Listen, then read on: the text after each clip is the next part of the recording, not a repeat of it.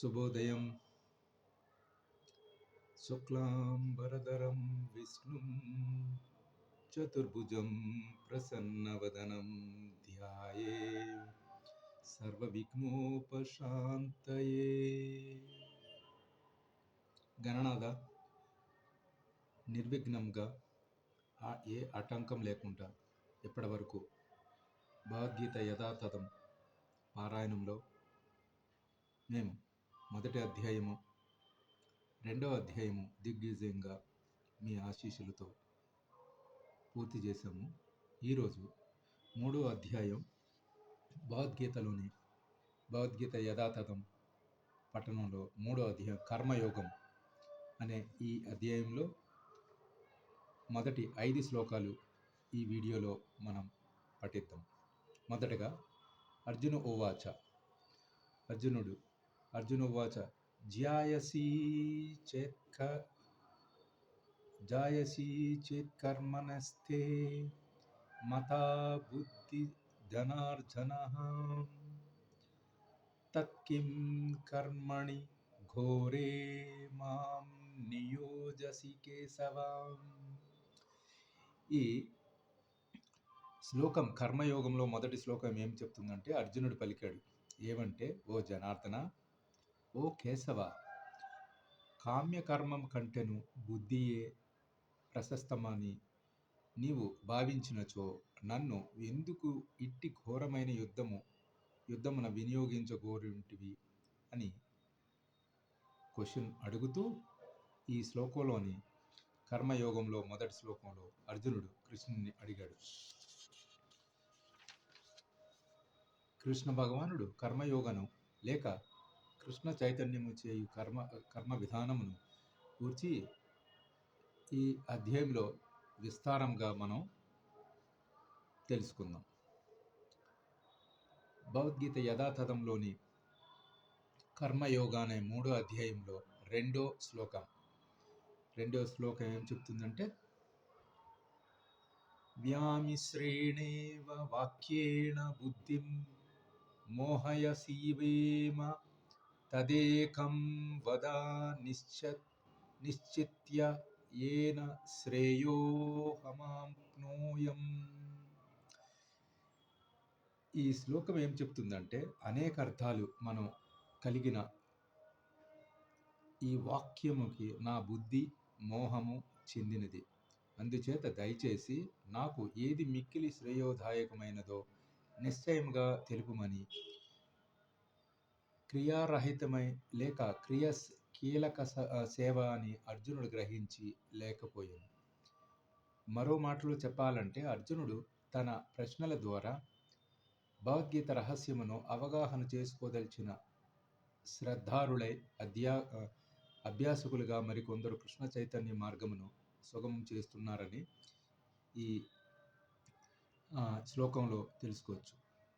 Basically, if you consider the meaning of this sloka in English, my intelligence is bewildered by your ambitious instructions, which is said by Arjuna to Lord Krishna.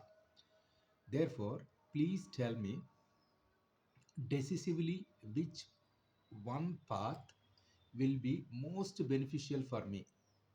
So, Arjuna is seeking a right decision, appropriate decision, relevant decision under the supervision of Lord Krishna. That is the main meaning we can consider from this second sloka of the third chapter of Bhagavad Gita. తదుపరి మూడో శ్లోకం కర్మయోగం అను మూడో అధ్యాయంలో భగవద్గీత యొక్క యథాతథ పఠనంలో మన మూడో శ్లోకం శ్రీ భగవాన్ ఉవాచ లోకేస్మిన్ విధానిష్టా పురా ప్రోక్తా మయా నఘ జ్ఞానయోగేన సాంజ్ఞానాం కర్మయోగేన యోగీనాం. దేవాదిదేవుడు ఏం పలికాడంటే, పాపరహితుడైన ఓ అర్జున, ఆత్మానుభూతి కొరకు ప్రయత్నించి మానవులు 2 రకములుగా ఉండిరని నేను ఇదివరకే మీకు వివరించి తిని. కొందరు దానిని జ్ఞానము, తత్వగానాల ద్వారా, మరికొందరు భక్తి యోగం ద్వారా అవగాహన చేసుకొనుదురు. ఈ 2వ అధ్యాయంలో 39వ శ్లోకంలో సాంఖ్యయోగం యొక్క కర్మయోగి, బుద్ధి యోగం అను 2 రకముల పద్ధతులు భగవానుడు వివరించెను. ఈ శ్లోకంలో భగవానుడు అదే విషయాన్ని మరింత స్పష్టంగా వివరిస్తుండెను. ఆత్మ భౌతిక పదార్థములు విశ్లేషణాత్మకంగా అధ్యయనం, సంఖ్యాయోగం మానసిక ఊహాగానాలతోనూ మరియు ఏదైనా విషయమును ప్రయోగాత్మక జ్ఞానమును తాత్విక చింతన ద్వారా గ్రహించుటకు అభిరుచి కలిగినట్టు మానవులకు సంబంధించినది.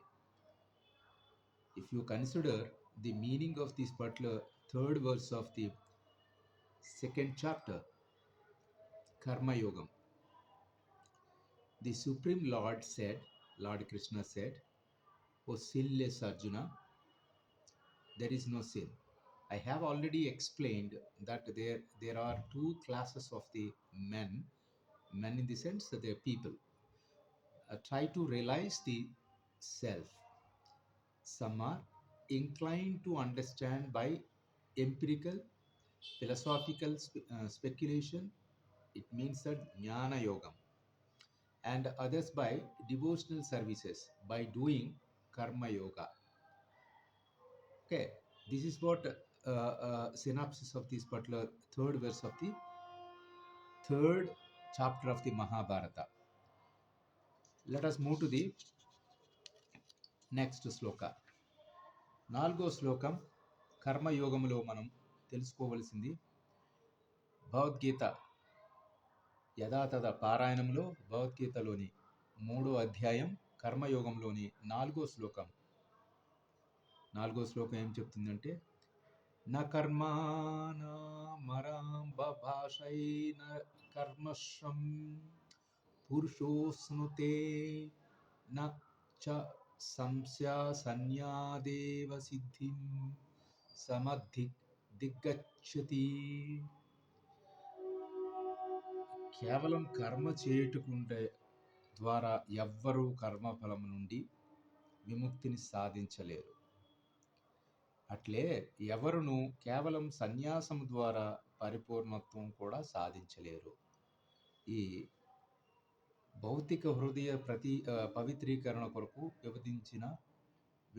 విబంధించిన విద్యుత్ ధర్మలను నియమముగా పాటిస్తూ పవిత్రుడై వ్యక్తి అయి సన్యాసాశ్రమును స్వీకరించవలనని, అట్టి పవిత్రతను లేకుండా హఠాత్తుగా సన్యాసాశ్రమును స్వీకరించే ద్వారా మానవునకు విజయం సిద్ధించదు.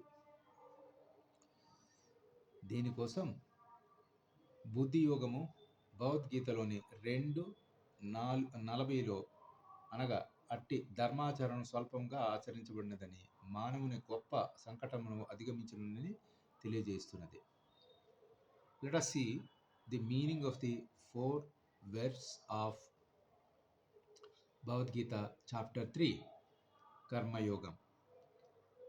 This meaning is, not by merely abstain from work can one achieve freedom from reaction, nor by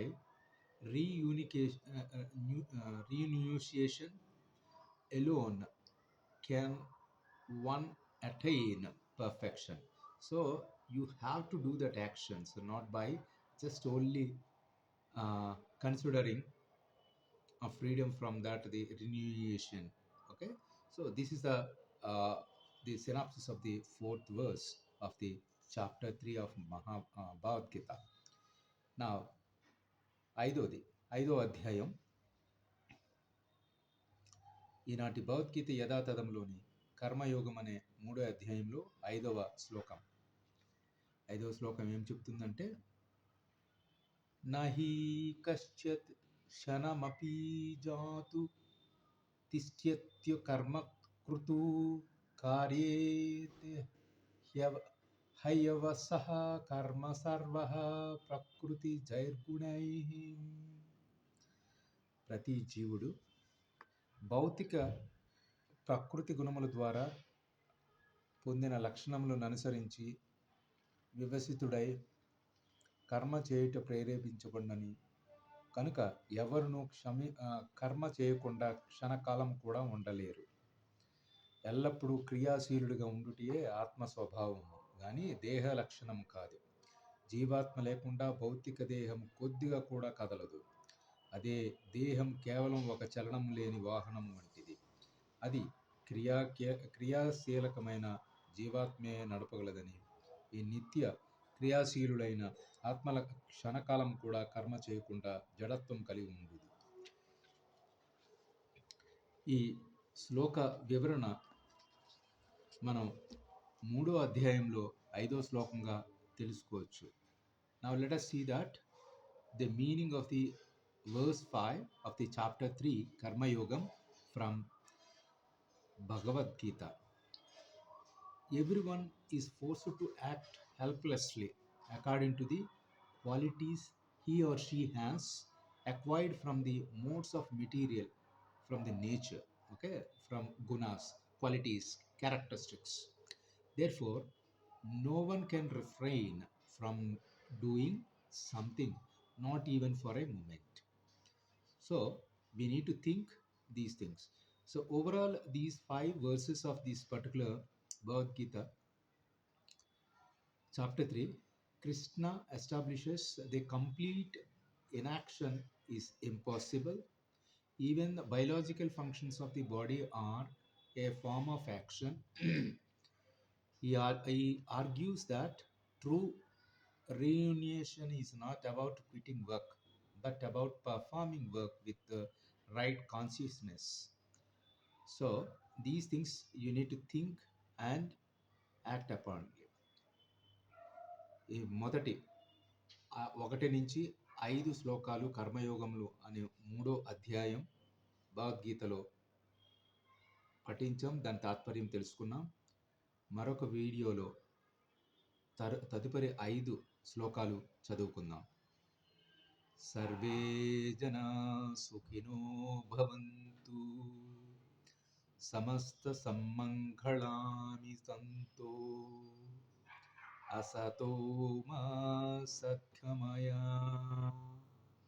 తమసో మా జ్యోతిర్గమయా, మృత్యోర్మామృతం గమయా.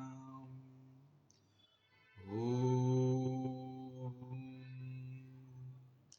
శాంతి శాంతి శాంతి. స్వస్తి.